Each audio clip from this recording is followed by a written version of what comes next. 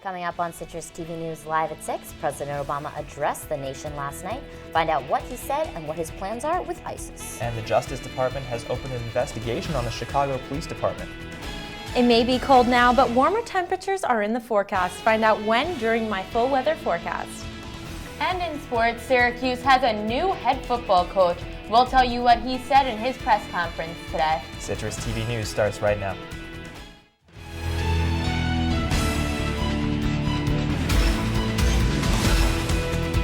From the Citrus TV studios, this is Citrus TV News Live at 6, your campus news leader.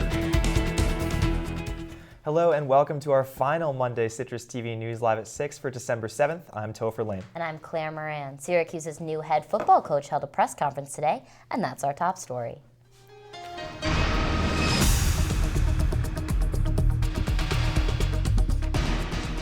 Syracuse has got a new football coach, and he made a big impression on Orange Nation today. Dino Babbers held his first press conference as the Orange's new head coach alongside athletic director Mark Coyle. Babbers, the former head coach at Bowling Green and previously Eastern Illinois, is known for his offensive expertise. Before his first head coaching gig, Babbers was an assistant coach at Baylor, UCLA, and Arizona. Why Syracuse? Why not Syracuse? Why not? Tell me. You tell me why not. The tradition here is unbelievable. Unbelievable. We're talking about 44. We're talking about Jim Brown, Ernie Davis, Floyd Little. Heck, I know 39, Larry Zonka. Okay? The tradition here is unbelievable. And the fan support, we need to give them what they deserve. And that's what I came here to do. Citrus TV sports reporter Ariel Epstein will have more on Babbers later on in the show.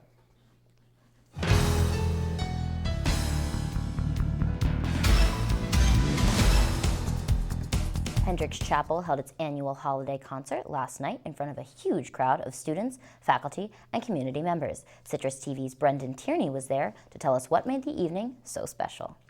People lined up outside Hendricks Chapel over an hour before the start of Sunday night's Holiday at Hendricks concert. This annual campus tradition filled the chapel to capacity, with standing room the only option. This year's rendition featured hundreds of musicians, including the SU Brass Ensemble and the Hendricks Chapel Choir.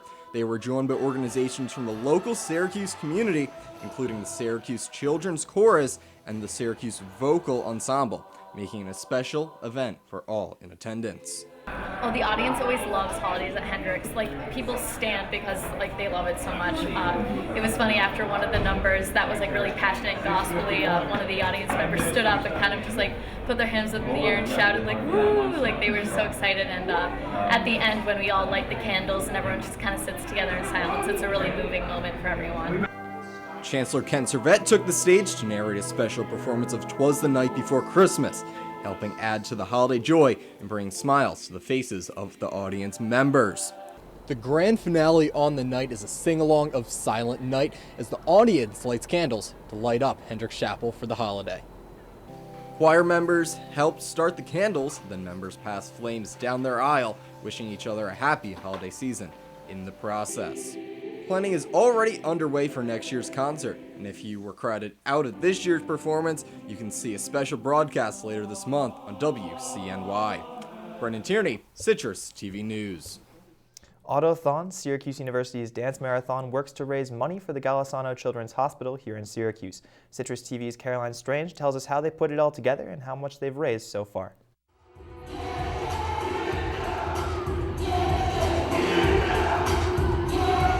For the second academic year and the second semester in a row, the Autothon executive staff put on a 12-hour dance marathon to benefit a local hospital.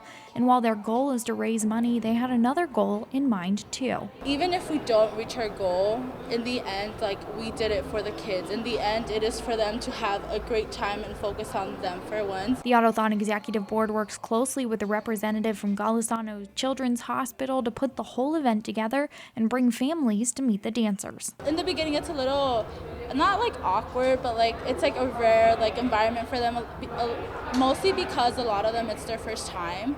And we only have like one family that's like returning from last year. Romo said they went with a superhero theme for this year because these kids are heroes. We're like, oh, we're struggling with college, but like they're struggling for their lives. And even with the quick turnaround, students were more than willing to sign up. Last year we had a lot of our brothers that helped plan the event, so we had a small team. This year we actually are more organized as a team online, and we had a good turnout with brothers. With a change of time and venue, it allowed more families to be present, but Clark said it added on to an already busy schedule.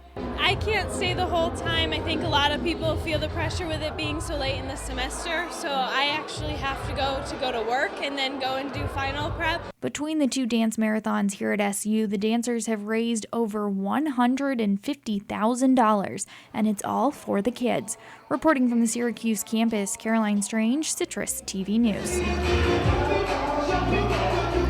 Coming up on Citrus TV News Live at 6, President Obama addressed the nation last night on the ISIS terror threat. And the suspect in London underground stabbing went to court today. Mid-30s today, overcast skies all day. When we return after the break, I'll tell you when you can expect to see some snow. Kinda new here, but I've noticed a trend. My human does this funny thing where she goes around and gets all my toys, and then she hides them in that basket by the door. You know, but it's always the same basket, and it's always in the same place. And then she acts so surprised when I find them, but, you know, she's putting them in the same basket. Again. It's like, hello? That's where you put it last time. You were the worst at hide and go seek.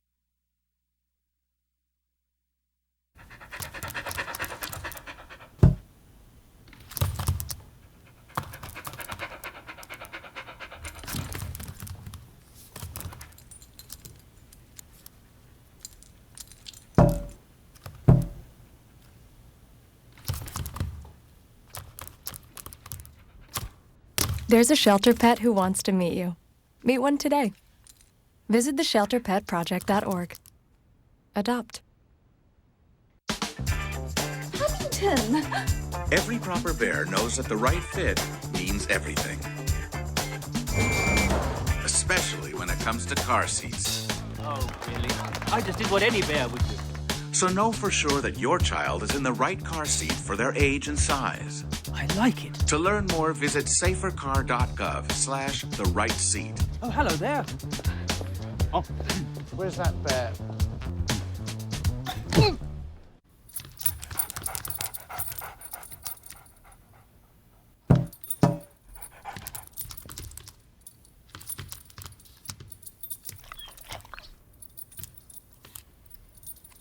There's a shelter pet who wants to meet you. Meet one today. Visit theshelterpetproject.org. Adopt.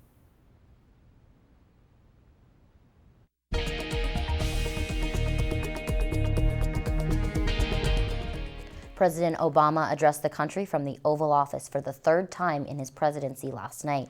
Obama reiterated his foreign policy strategy to combat ISIS while explaining to the nation that the United States is prepared to handle the rising threat of terrorism. I know that after so much war, many Americans are asking whether we are confronted by a cancer that has no immediate cure. Well, here's what I want you to know. The threat from terrorism is real, but we will overcome it. We will destroy ISIL and any other organization that tries to harm us. The FBI is currently investigating whether or not the mother of one of the gunmen in the San Bernardino shootings knew about her son and his wife's criminal plans. Rafia Farouk, the mother of suspect Saeed Farouk, lived in the same Redlands, California home where her son and his wife were creating approximately 15 pipe bombs and had thousands of rounds of ammunition. There is still no evidence that this couple was in direct contact with any terror groups, but today county officials in San Bernardino held a press conference to discuss safety precautions from here on out. Our responsibility is great, and our responsibility is great to the employees. The safety and the security of our employees are foremost in our mind. As we move forward this next week, you will see increased security at all of our facilities, reassuring those that are going to continue on providing services to our constituents and citizens as they need to. That will not halt us, that will not slow us down. The announcement of the Justice Department's investigation into the Chicago Police Department was announced today. The investigation will look into whether the Chicago police have been repeatedly violating the civil rights of residents. Over 24 investigations of police departments nationwide have been launched in the last 6 years. Attorney General Loretta Lynch held a press conference today. The Department of Justice has opened an investigation into whether the Chicago Police Department has engaged in a pattern or practice of violations of the Constitution or federal law. Specifically, we will examine a number of issues related to the Chicago Police Department's use of force, including its use of deadly force, racial, ethnic, and other disparities in its use of force, and its accountability mechanisms. Former President Jimmy Carter said yesterday that a recent MRI scan revealed that his cancer is gone. He announced this yesterday to a Sunday school class he teaches at Maranatha Baptist Church in Plains, Georgia. Carter has remained active during his treatment and recently participated in building a home with Habitat for Humanity. Today marks the 74th anniversary of National Pearl Harbor Remembrance Day. The USS Arizona Memorial is honoring the oldest surviving officer in the Japanese attack. Navy Lieutenant Commander Joe Langdell's ashes will be interred with the ship with complete military burial honors. Langdell died at age 100 in February.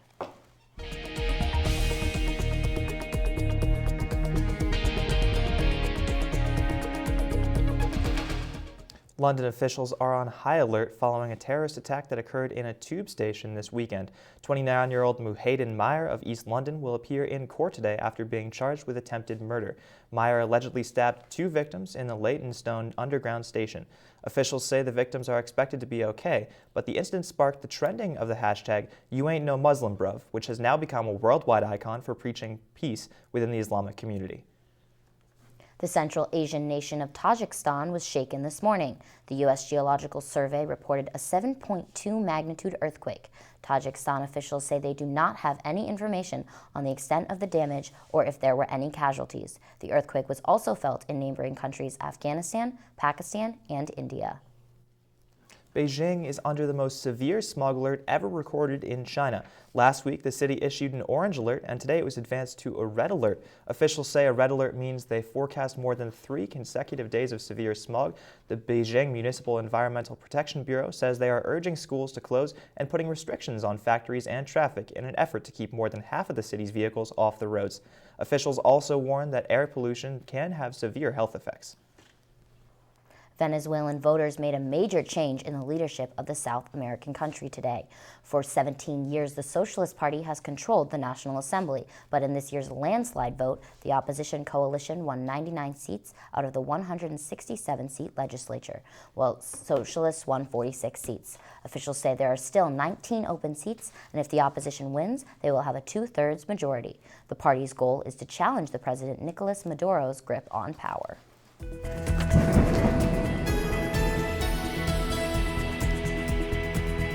It was chilly this weekend, but temperatures will be climbing by the end of the week. Citrus TV weather reporter Brittany Muller is live in studio to tell us more. Welcome back, Brittany.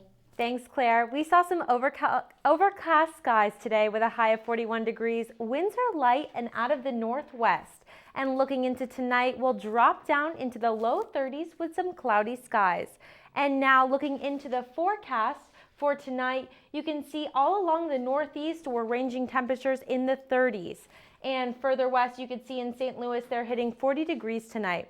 And now the current surface temperature map. There's a low pressure system heading through the North Carolina and Virginia. Now this system is bringing warmer air throughout the region, causing stormy weather. The same is happening in Oregon and Washington State. You can see Syracuse is clear from the rain and snow for now, but further north there's a mixture of rain and snow traveling northeast. And we're not expecting any snow until next week. And tonight we're dropping down into the low 30s. We'll see some cloudy skies and even some fog. And now taking a look at your weather for the week. The last week of classes as the weather begins to crawl up in temperatures throughout the week. Tuesday again, high of 42. Wednesday, cloudy skies in the 40s. Thursday in the 50s, partly cloudy. Friday, high of 55 with a chance of showers. And Saturday with a high of 57 with showers later on in the afternoon. So, Brittany, snow coming next week. How early do you think we're going to see that? As early as Monday. We're expecting maybe a mixture of rain and snow on Monday, and by Wednesday, I think we'll see some more snow on the ground. Thanks, Brittany. Coming up on Citrus TV News Live at 6, Bernie Sanders unveiled his climate change plan today. And GOP presidential candidate John Kasich is not very impressed with Donald Trump. That and more on the road to 2016 when we return. Wow, these are really good. You act surprised.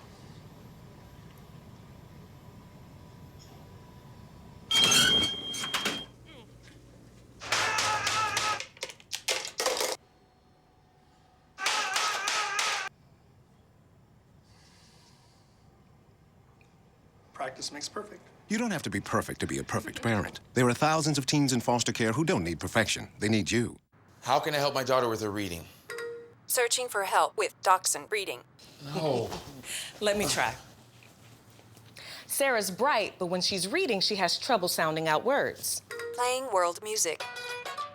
What? I give up.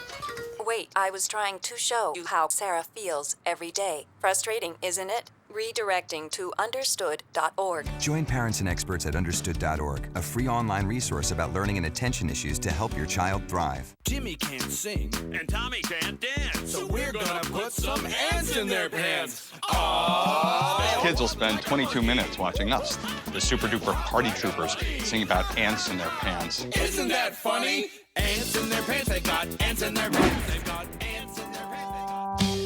Brushing for 2 minutes now can save your child from severe tooth pain later. 2 minutes, twice a day. They have the time.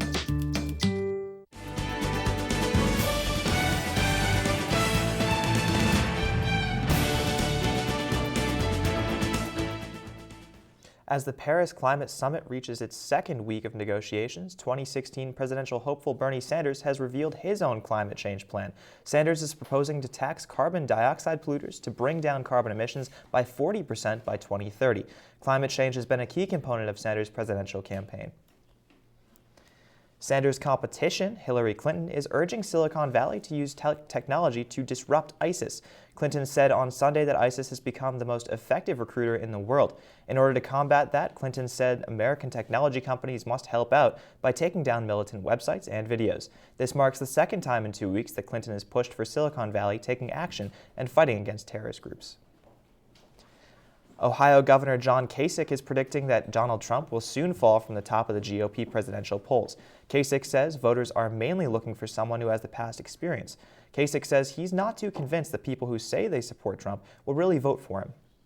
That Donald Trump will not be the nominee.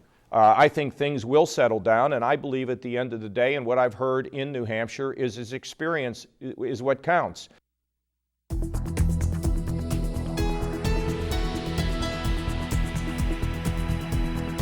Grammy nominations are out, and many music fans are dancing with excitement. Taylor Swift, Kendrick Lamar, and The Weeknd are among the artists nominated for the biggest award, Album of the Year. Swift was also nominated for Song of the Year and Record of the Year for her catchy song, Blank Space. Pop singer Meghan Trainor and country star Sam Hunt will battle for the Best New Artist award. The 58th annual awards ceremony will air on February 15th on CBS. Ringo Starr is playing to the beat of a new drum after auctioning off one of his drum kits. The former Beatle drummer got more than $2 million for selling his 1963 Ludwig drum set. Starr rocked out on the drum kit during 200 concerts. Rolling Stone revealed the buyer was Indianapolis Colts owner Jim Isray. Starr also sold a personal copy of the 1968 album, The Beatles, for almost $800,000. Coming up in sports, more from the press conference with the new Syracuse head football coach Dino Babbers, highlights from the Orange first game without Jim Boeheim, and find out which SU team is one game closer to a championship when we come back. What do you think it would be like to teach? Chances are, you have no idea. Teachers today are breaking down obstacles, finding innovative ways to instill old lessons, proving that greatness can be found in everyday places, and that you don't need to be famous to be unforgettable. That's what it's like to teach. I grew up in the housing projects of Cleveland. I didn't even know that life could be any better than it was. Education for me has been a way to get away from the agony of what was normal life. I want to be able to impact the community, not just look back on where I came from, but to reach back to where I came from and pull some people up with me. My name is David, and I am your dividend. I'm a teacher. Let me tell you what I make. I make learning a privilege, not a chore, and frustration a tool, not an obstacle. I make working hard seem easy and giving up impossible. I make an old subject feel like a fresh thought and unconventional methods common. I'm a teacher. I make more.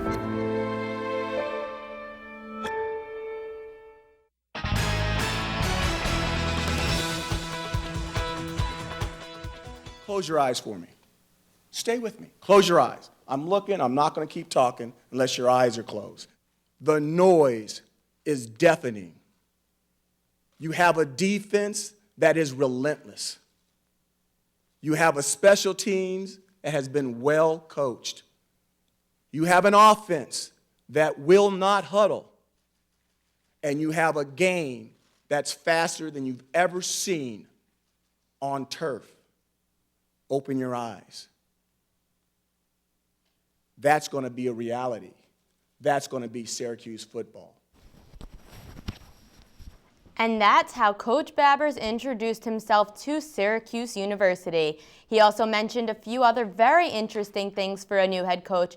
Usually a new head coach comes with a new coaching staff, but Babbers said he intends to keep a majority of the team's assistant coaches, including both coordinators. The head coach also said he plans on implementing a no-huddle style offense, which could be challenging for the young offense he has. Well, it was kind of also the start of a new era for Syracuse basketball, as they took on their rival Georgetown on Saturday without their head coach Jim Boeheim while he was serving the first game of his NCAA suspension. Here's how the Orange did under future head coach Mike Hopkins. And this is the beginning of a new era, and the team will start off with Michael Benajay just being rejected. I mean, he was flat out blocked by Marcus Derrickson, 8-6 Georgetown. Now, here we're going to see some missed threes. Trevor Cooney, Malachi Richardson, and now Michael Benajay. This team is just living and dying by their threes, literally. Marcus Derrickson, though, hits a three for Georgetown, really just pulling it away 31-19, and we're still in the first half. After the ball bounces around, Bradley Hayes hits the layup, 47-26 Georgetown after some free throws. Now we're in the second half here. Trevor Cooney hits a three-point shot, finally, and it's 65-56 Georgetown, but they're bringing it a little closer. But Bradley Hayes hits the hook shot, 68-58 Georgetown. The final 79-72, and Mike Hopkins does not look happy. As the basketball team still tries to sort things out, all eyes are on SU's men's soccer team. The soccer team hosted Boston College in the quarterfinals of the NCAA tournament on Saturday. The Eagles were the last team to beat the Orange this season. Does SU let them do it again? Here's the highlights. Syracuse men's soccer now in the quarterfinals, and 7 minutes in, BC gets careless in the back and turns it over, but Ben Polk's shot goes wide. A shot now by SU Noah Reinhardt, saved though by the goalie Alex Kapp 15 minutes in. The game remains scoreless. Liam Callahan sends in an SU corner, but BC's Alex Kapp punches it away. Now with 12 minutes left, Ben Polk heads in a corner kick from Liam Callahan to give SU the 1-0 lead, and that would be all that went on the scoreboard. SU won, Boston College 0. Heading into the semifinals is SU. After being handed their second loss of the season in College Park last week, the Syracuse women's basketball team looked to turn things around. As they started their 8-game home stretch against Stony Brook yesterday afternoon, here's what happened when the two New York teams faced off for the first time. And as the top 5 players on the team take the court, Brianna Butler's three-point attempt is no good. This just was the epitome of the team's first half. Isabella Slim also missed the three-point shot, 9-3 Stony Brook in the first quarter. The jumper is good for Stony Brook, 13-5, but then Brianna Day, with the steal. Brianna Day fast break layup is good, SU 20-18. But SU goes into the half down. Alexis Peterson, though, will lead the team, and three-pointer is good. Brittany Sykes' layup is good. SU celebrating a 64-49 win. Now, 2 New York teams that not only know each other well, but also share a home field met this weekend. And yes, that is the Jets and the Giants. Both teams went into the game with their playoff hopes still well alive. And going into the half, it looked like the Giants were going to end up on top yet again with a 20-10 lead. But a Brandon Marshall touchdown with 27 seconds left sent the game to overtime. The Jets got the ball first, and Randy Bullock hit the 31-yard field goal. The Giants got the ball next and missed a 48-yard field goal attempt to send the Jets to their first victory over the Giants since Halloween of 1993. Now, the Buffalo Bills hosted the Houston Texans yesterday in another game fought to the end. The Bills had a 21-13 lead going into the half, but in the fourth quarter, DeAndre Hopkins made a great catch in the end zone to give the team a little bit more hope. Game was tied at 21, but it was not enough. Tyrod Taylor drove his offense down the field twice in the final 2 minutes to give the Bulls a 30-21 victory. Heading into yesterday's game, the Rangers lost 5 of their last 6 games, something they're not used to. But after a strong 4-1 win over the Senators in Madison Square Garden yesterday, the team can only hope this will help them get back off on the right foot. Goalie Henrik Lundqvist had 23 saves last night, helping the Rangers earn their 39th point, and they still kept their spot in first place in the Metropolitan Division. And here's what's coming up on OTN tonight. And don't forget to turn on the OTN Yule log. It's the perfect addition to any holiday get-together.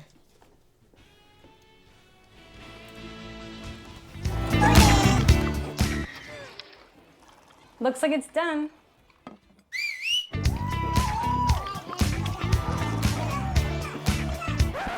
Don't let salmonella get funky with your chicken.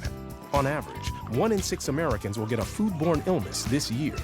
You can't see these microbes, but they might be there. So learn the right temperature to cook each type of meat. Keep your family safe at foodsafety.gov. So, I just moved in with this family, and it's embarrassing. The little one, he likes to go outside and crawl around in the giant litter box. I don't know what he's doing. I mean, I was born and I knew how to use the litter box.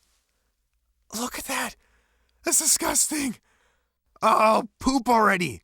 You're making me nervous. Oh, okay, I can't look at this anymore. I really hope he grows out of this, for his sake.